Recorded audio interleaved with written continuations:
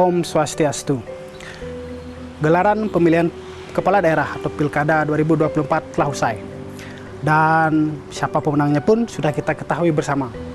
Secara umum, pelaksanaan pemilihan kepala daerah, baik itu di Bali maupun di Kabupaten Buleleng pada khususnya, berjalan dengan aman, damai, dan juga lancar. Namun, di balik lancarnya perjalanan dari proses pilkada di Kabupaten Buleleng, terdapat beberapa cerita peristiwa atau permasalahan yang sekiranya perlu untuk menjadi perhatian bagi KPU, PPK, PPS, maupun KPPS untuk evaluasi perbaikan pada tahun berikutnya. Bersama saya, IGD Landep, dalam program Dialog Khusus Anyus Bali, kita akan menemukan apa yang menjadi permasalahan dalam pelaksanaan pilkada di Kabupaten Buleleng tahun 2024. Telah hadir dua orang narasumber. Yang pertama, Bapak Inyoman Ladre selaku Ketua PPK Kecamatan Seririt. Om Swastiastu, Pak Inyoman. Swastiastu. Berikutnya narasumber yang kedua, yakni Bapak Made Sudeksen selaku Ketua KPPS 02 di Lokepakse Buleleng.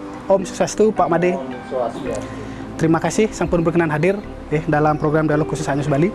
Sebenarnya yang kita bahas pada hari ini adalah permasalahan yang sudah selesai, tetapi penting untuk kita diskusikan dalam rangka untuk evaluasi dan perbaikan untuk pilkada tahun-tahun mendatang. Saya langsung saja pertama ke Pak Nyoman. Pak Nyoman, bisa diceritakan sedikit bagaimana pelaksanaan pilkada di Kabupaten Buleleng tahun 2024 ini, khususnya di Seririt, Pak Nyoman? Baik, terima kasih. Secara umum, pelaksanaan pemilihan kepala daerah di Kecamatan Seririt ini berjalan dengan sangat baik. Sangat baik, ya. Hampir tidak ada kendala yang sangat berarti. Itu kami bisa kami sampaikan bahwa yang kemarin kesalahan yang terjadi itu di surat suara cuman terdapat di 5 TPS, ada yang kekurangan, ada yang kelebihan. Kalau diakumulasi untuk Kecamatan Seririt untuk surat suara itu 4 surat suara kelebihan, 4 surat suara untuk pemilihan gubernur, 1 surat suara kelebihan untuk bupati. Itu yang ininya catatan kami. Terus yang kedua, yang boleh dibilang ini menjadi PR buat kita semua. Bagaimana kita memberikan pendidikan politik kepada masyarakat pemilih itu supaya masyarakat itu betul-betul mengerti apa itu pemilu yang luber, langsung umum bebas rahasia. Karena sampai saat pemilihan kepala daerah kemarin ada beberapa masyarakat atau mungkin segelintir orang itu masih memiliki pemikiran bahwa pemilu itu boleh diwakilkan. Misalnya orang yang sudah sangat sepuh tetapi dia masih terdaftar di DPT, dia memiliki hak pilih, sementara dia untuk datang ke TPS saja tidak bisa. Nah, ini banyak keluarganya yang ingin mewakilkan pemilih-pemilih seperti ini. Namun kami sudah tegas, sepanjang itu yang memilih itu mau hadir ke TPS, itu bisa, atau kita jemput bola. Tetapi jika memungkinkan, jemput bola itu jika memungkinkan, itu alternatifnya. Tapi karena padatnya kegiatan di TPS, sehingga selama ini tidak ada penjemputan untuk lansia yang memang tidak bisa bangun dari tempat tidurnya, sehingga mereka tidak bisa menggunakan hak pilih. Itu yang kami temukan.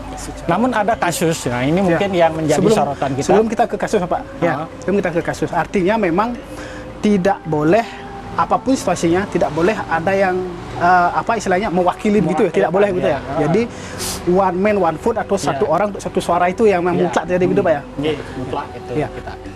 Itu sudah kita tegaskan itu wanti-wanti kepada KPPS-nya. Baik, saya ke Pak Made. Ya, kalau di TPS sendiri selaku Ketua KPPS ada bagaimana Pak kemarin pelaksanaannya, aman, lancar atau ada kendala bagaimana Pak? Ya, terima kasih atas waktu yang diberikan pada saya. Kemarin saya selaku Ketua KPPS 02 di Desa Lokepakse, dari awal pembinaan dari PPK, apa yang diharuskan untuk aturan yang dijalankan, kami anggota KPPS 02 selalu mentaati apa seharusnya kami jalankan. Dari awal kami selaku ketua KPPS 02 dari penghitungan surat suara yang ada di gedung KPU Singaraja, kami menghitung secara detail itu sudah semua cukup, sampai juga ke pembinaan teknis tanggal 25 yang ada di Desa Umanyar. Kami diharuskan menjalankan C6 itu supaya ada dokumentasi, karena kebanyakan pemilih-pemilih yang ada di Desa Lokapakse ada yang di luar daerah. Dan kami berserta anggota-anggota KPPS 02 dengan detail menyerahkan C6 itu kepada yang harus dititipkan seperti orang tuanya atau anaknya dia sendiri. Itu kami lengkapi dengan dokumentasi pemotoan penyerahan. Sesudah itu juga selesai penyerahan itu, lalu kami punya tugas untuk menginformasikan masalah pemilihan pilkada itu kepada warga yang sudah memegang C6 itu. Kami peserta anggota KPPS 2 secara bergiliran untuk mendatangi yang sudah dititipkan C6 itu. Itu yang kami jalankan sebelum pilkada itu di hari H-nya. Selanjutnya, sesudah di hari H, kami sepakat dengan saksi-saksi dan pengawas, itu kita jalankan sesuai dengan aturan KPU, tidak boleh mewakilkan. Itu sudah ketok palu, sudah final. Nah, sesuai dengan perjalanan pemilih itu berjalan, saya merasa bangga menjadi ketua KPPS 2 karena pemilih itu sudah maksimal itu sudah 65% yang datang. Dan ada yang mau mewakilkan, saya stop supaya itu tidak jadi bumerang bagi KPPS kami yang ada di 02. Ya, cuma itu yang kita bisa jelaskan. Ya, kurang lebihnya mungkin ya saya mohon maaf. Ya, artinya tidak ada permasalahan yang serius ya di KPPS tempat Bapak Made memimpin pelaksanaan pilkada, ya. Ya, baik ya, obrolan kita semakin seru Pak Nyoman dan Pak Made ya. Kita tahan dulu, nanti kita akan bicara tentang bagaimana ya. Tadi ya sempat menyinggung ada permasalahan yang terjadi di beberapa TPS khususnya di Serit ini. Ya, jadi pemirsa jangan kemana-mana, tetap bersama kami di Dialog Khusus iNews Bali. Masih bersama saya di Dialog Khusus iNews Bali bersama dengan dua orang narasumber kami, yakni Bapak Nyoman Ladre dan Bapak Made Sudeksen. Pak Nyoman, ya sebelum kita ke permasalahan tadi yang sempat disampaikan, angka partisipasi pemilih di Buleleng 61%. Apa yang Bapak mau sampaikan terkait angka itu, Pak? Baik, terima kasih. Pertama, kalau kita melihat angka 61,9% ini, khususnya untuk di Kecamatan Seririt, angkanya memang 61,99%. Itu ada rasa bangga walaupun belum sampai puncaknya gitu. Karena kami ditarget dari KPU itu, kami ditarget untuk partisipasi di angka 75%. Baik, target yang diberikan oleh KPU Provinsi maupun KPU Buleleng itu, tingkat partisipasi pemilih di seluruh Kabupaten Buleleng ini diharapkan bisa mencapai 75%. Namun demikian, pada kenyataannya kita sudah berupaya. Dari bulan Juli kami terbentuk itu, kita selalu melakukan sosialisasi tentang pilkada. Bahkan sebelum ada calon, kita sudah mensosialisasikan tanggal pelaksanaan pilkada, teknisnya, macam-macamnya itu sudah kita sampaikan kepada masyarakat, sehingga harapannya masyarakat itu betul-betul memahami minimal tanggal pelaksanaannya, dia bisa meluangkan waktu untuk pulang, karena jauh hari sebelumnya sudah kita informasikan. Minimal yang ada di perantauan itu bisa membuat schedule atau penjadwalan untuk kegiatannya, entah itu minta cuti, kegiatan yang lain, itu harapan kami gitu. Namun demikian, mungkin sekali lagi, walaupun ini bisa mencapai 61,9% itu, tetapi ini masih jauh dari 75%. Memang kita udah tahu bahwa ketika kita di target 75% ini sebuah angka yang lumayan Tinggi. besar karena kalau kita mengaca kepada pilkada sebelumnya ya. itu angka partisipasinya cuma di angka 57%. Jadi ini Naik ada ya, kenaikan, naik ya, gitu ya, ada ya. kenaikan 4%. Ya. Untuk ini 4 pilkada sampai ini, 5% betul ya? Oke. untuk di Ya. pilkada ini. Kalau kita bandingkan pilkada dengan pilkada, betul, kalau ya. dibandingkan dengan pemilunya memang Ada penurunan ya, kelihatan turun jadinya gitu karena di Ya. pemilu kita pencapaian kita di partisipasi 68,2% kalau nggak salah itu Oke, di tingkat seri rate. Baik Pak Nyuman, melanjutkan yang tadi ya. Sempat ada informasi bahwa masyarakat tidak menerima form C6 begitu. Atau ada juga yang mengatakan form C6-nya ditahan begitu. Sehingga menyebabkan masyarakat tidak bisa memilih atau ada informasinya satu orang mau mewakili begitu ya. Bisa diceritakan Pak Nyuman, peristiwa itu Pak Nyuman? Baik, mungkin kita harus pahami gini. Memang ada C6 itu yang memang tidak harus dibagikan. Oke. C6 yang tidak atau C pemberitahuan yang tidak dibagikan itu adalah C pemberitahuan untuk pemilih yang sudah dinyatakan meninggal. Itu pertama. Oke, meninggal. Terus yang dinyatakan tidak ditemukan. Oke. Karena waktu kita pemutakhiran data, kita sudah tahu oleh Pantarlih itu ada nama pemilih, Ya. tetapi tidak ada orangnya. Oke. Ini ada, boleh dibilang kita sudah berkoordinasi dengan Dukcapil, bagaimana caranya menghilangkan orang ini, Ya. karena ini pasti akan menjadi beban buat Ya. partisipasi kita. Betul. Gitu. Nah, ini sudah kita keep juga. Ini jangan sampai, kenapa ini tidak dibagikan, jangan sampai disalahgunakan oleh orang yang tidak bertanggung Oke, jawab. benar. Terus yang kedua, yang ketiga, itu adalah pemilih yang keluarganya atau kita tahu orangnya, misalnya dia merantau di Denpasar atau merantau keluar daerah, tapi di sini kita tidak bisa menitipkan kepada keluarga yang bisa dipercaya. Itu juga tidak bisa kita bagikan. Ada 3 kriteria ini.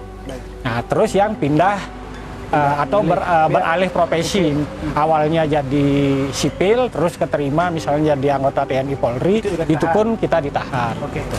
Yang tadi itu ya ada 4 kriteria itu, sehingga dari kalau kita lihat dari persebarannya, karena kita punya rekapnya itu di masing-masing TPS itu tidak sampai 6% kalau kita lihat dari C pemberitahuan yang tidak tersebar, tidak sampai 6%. Ya, kita punya rekapnya Atau itu. kan informasi yang kemarin tuh ada yang mengatakan satu orang bawa lebih dari 1 form C6 mau mewakilkan.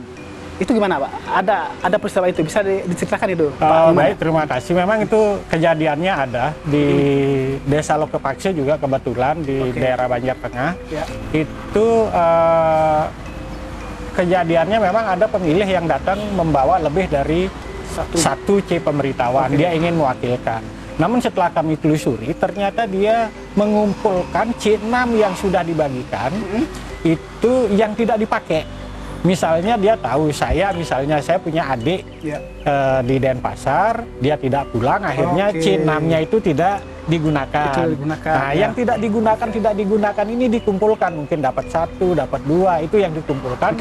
Itulah yang dia bawa ke TPS. Sehingga ini juga perlu kami klarifikasi. Tidak ada kesengajaan dari petugas kami di tingkat KPPS untuk tidak membagikan C pemberitahuan dengan tujuan-tujuan atau maksud-maksud tertentu. Ini perlu sekali lagi kami sampaikan supaya masyarakat paham bagaimana kami memberikan hak pilih atau membuka selebar-lebarnya kepada masyarakat pemilih itu untuk menggunakan hak pilihnya dengan baik. Artinya C6 itu oleh petugas sebenarnya sudah terdistribusi sesuai dengan alamat yang dimiliki. Cuman sekarang penerimanya ini ya salah satu yang menerima ini, nah ini yang mungkin mengumpulkan begitu ya lebih. Baik. Lantas gimana Pak kemarin menangani hal itu Pak? Apakah itu lolos atau gimana jadinya gitu? Tetap bahkan sesuai peraturan ya. Sempat emosi lah, pemilih itu sempat emosi. Satu, dia mengatakan bahwa istrinya mau balik ke dia mau mewakilkan istrinya. Karena istrinya lagi siap-siap mau balik ke Denpasar, sehingga dia sendiri yang mau mewakilkan. Itu sudah tetap tidak dikasih kesempatan oleh KPPS-nya, dan inilah yang emosi gitu. Emosi sampai keluar kata-kata yang kurang enak lah. Gitu. karena sampai ada lontaran kata-kata yang kurang enak itu, akhirnya KPPS koordinasi dengan pihak keamanan, dan kebetulan pihak keamanan juga cukup sigap untuk menangani masalah ini, sehingga dilakukan pendekatan, dan pemilih itu juga sudah mengakui bahwa dia emosi sesaat gitu. Jadi ini yang saya bilang, sebenarnya ada riak-riak, tetapi itu tidak menimbulkan gelombang apalagi badai gitu ya. Ini hanya riak-riak aja lah dalam pelaksanaannya gitu. Syukurnya udah bisa langsung ditangani dengan baik begitu ya. Iya. Karena memang kami untuk khususnya kami di Kecamatan Seririt, koordinasi saya selaku penyelenggara itu cukup intens dengan Pak Camat, dengan Pak Kapolsek, dengan Pak Danramil, itu cukup intens. Bagaimana kita mengamankan situasi pilkada ini, karena dengan pilkada yang head to head ini akan sangat riskan atau berpotensi untuk terjadi gesekan di grassroots. Itu sudah kita sering komunikasikan, bahkan mungkin dari bapak-bapak yang di keamanan itu sudah punya pemetaan di mana kira-kira wilayah yang rawan itu ranahnya beliau, kami tidak ingin turut campur, yang penting bagaimana pelaksanaan ini bisa berjalan lancar, berjalan damai, berjalan aman gitu Pak ya. Baik, saya ke Pak Made sedikit ya, perihal tentang di TPS begitu ya. Kejadian tadi di TPS Pak Made aman berarti Pak ya? Ya, terima kasih. Kalau masalah C6 itu kami di KPPS 2 juga ada yang itu tidak ditribusi kepada pemilih karena satu meninggal. Karena meninggal. Ada 5 orang meninggal. Laki 1, perempuan 4. Yang kedua, nama ada, orangnya tidak ada. Itu 3, namanya Pak Sume. Sekeluarga itu. Itu yang saya bilang, pemilih hantu itu. Itu dah. Sampai dia tanya ke Kadus, ya tidak ada. Ya biarin aja dah gitu. Akhirnya saya kumpulkan, tak kembalikan ke PPS Desa. Yang lagi ada 1, Juni Asih. Itu juga tidak ada. Ternyata orang yang mau ngambil saya tidak kasih. Karena namanya tidak tepat, nanti supaya tidak disalahgunakan. Ya, itulah permasalahan yang ada di KPPS 2. Artinya dengan sos itu form C-nya ditahan gitu ya? Iya, kita kembalikan ke PPS Desa. Betul, biar tidak disalahgunakan nanti formnya. Baik Pak Nyoman dan Pak Made, perbincangan kita tentu semakin seru dan semakin menarik ya. Kita akan lanjutkan lagi pada seminar berikutnya. Untuk pemirsa yang mana-mana tetap bersama kami di Dialog Khusus iNews Bali. Tak terasa kita sudah di penghujung pembicaraan kita dalam program Dialog Khusus iNews Bali pada hari ini. Begitu banyak informasi yang sudah disampaikan ya. Dan saya masih bersama dengan 2 narasumber kami, yakni Pak Nyoman Ladre dan Bapak Made Sudeksen. Pak Nyoman, pada segmen 3 ini kami ingin meminta evaluasi. Apa evaluasi yang sekiranya yang harus diperbaiki dalam rangka untuk perbaikan pada pilkada tahun berikutnya, terutama dalam pendistribusian form C6 ini, Pak. Silakan Pak Nyoman. Terima kasih.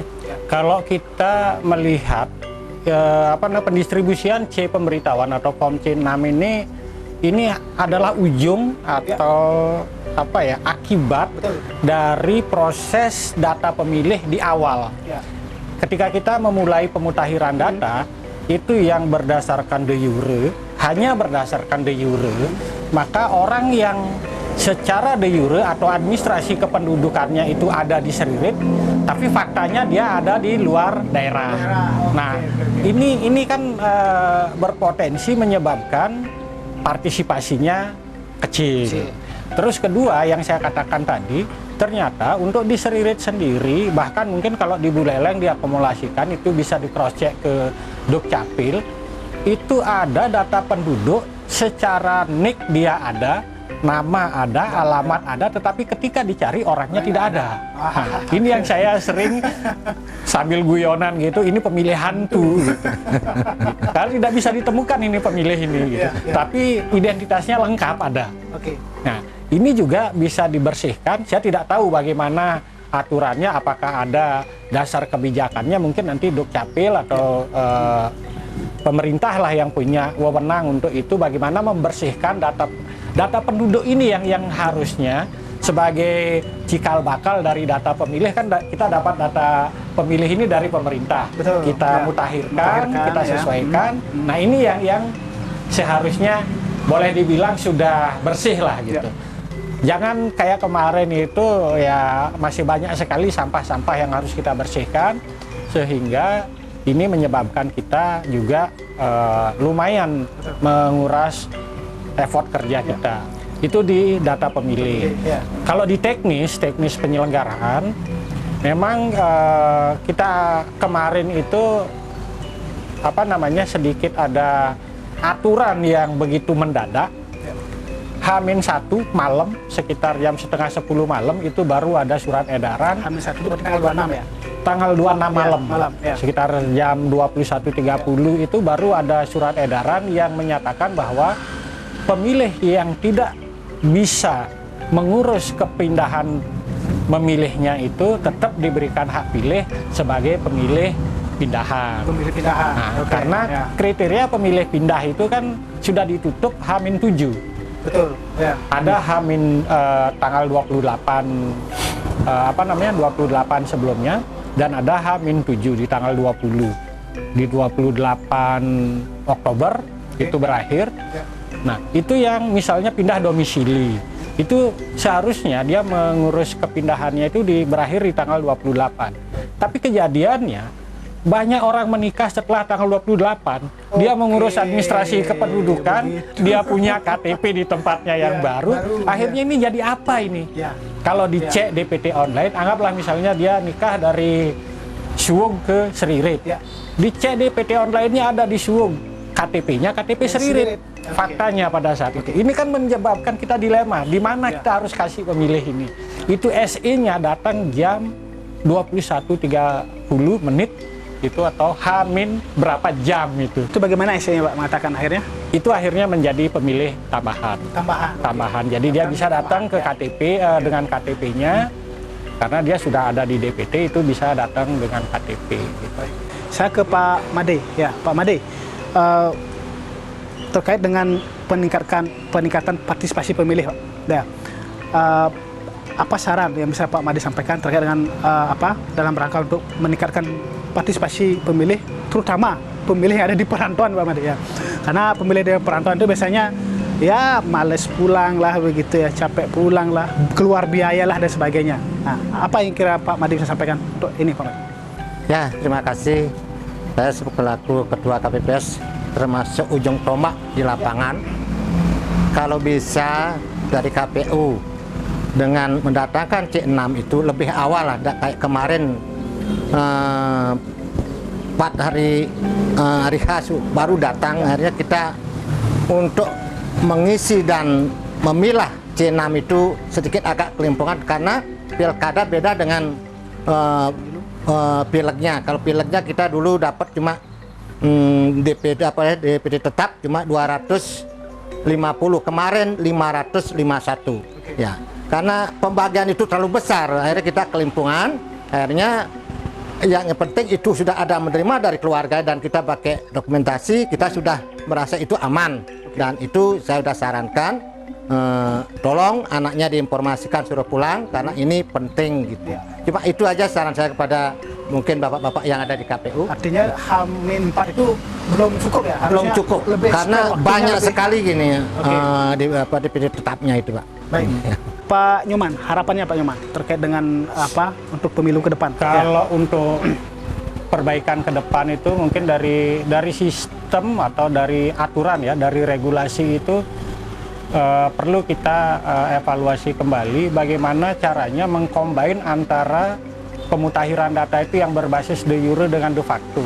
Dalam artian, kalau memang dia itu pemilih yang ada, walaupun dia KTP-nya KTP Seririt, tetapi dia memang secara de facto ada di Kute misalnya bekerja, bagaimana supaya dia bisa memilih di Kute. Jadi tidak ada effort, tidak ada effort untuk pulang. Nah, sekarang bagaimana mengatasinya? Mungkin dengan memberikan kartu pemilihan atau surat suara terlebih dahulu, itu dikirim by pos. Nah, itu kan jadi salah satu alternatif yang nanti kita buka pada saat perhitungan. Nah, kita terima kembaliannya itu, kita kumpulkan, kita buka di depan saksi, di depan pengawas, di depan masyarakat, sehingga masyarakat itu tidak dibebani untuk pulang. Lumayan kan, Sekarang anggaplah jadi tukang di Denpasar yang punya harian anggap 100 atau sampai 150. Pulang ngutang gaen 200 habis. Ya. Ini kan jadi dilema juga buat pemilih-pemilih seperti ini gitu. Oke, ya jadi sarannya tentu sangat baik. Semoga bisa dapat dipertimbangkan ya dalam rangka menjangkau pemilih-pemilih kita yang berada di luar dari Buleleng. Baik Pak Nyoman dan Pak Made, terima kasih atas berbagi informasinya pada hari ini ya. Karena keterbatasan waktu ya, kita akhiri perbincangan kita pada hari ini ya. Pemirsa Anyus Bali ya, demikian kami sampaikan program dialog khusus kita pada hari ini ya. Semoga program dialog khusus kita pada hari ini bisa memberikan informasi yang baik dan juga bisa menjadi referensi informasi dalam rangka untuk perbaikan dan evaluasi penyelenggaraan pilkada tahun-tahun berikutnya. Akhir kata, saya Ege Delandap mewakili seluruh tim kerabat kerja yang bertugas. Mohon pamit dan undur diri. Sampai jumpa pada episode dialog khusus Anyus Bali berikutnya. Om Santi Santi Santi Om.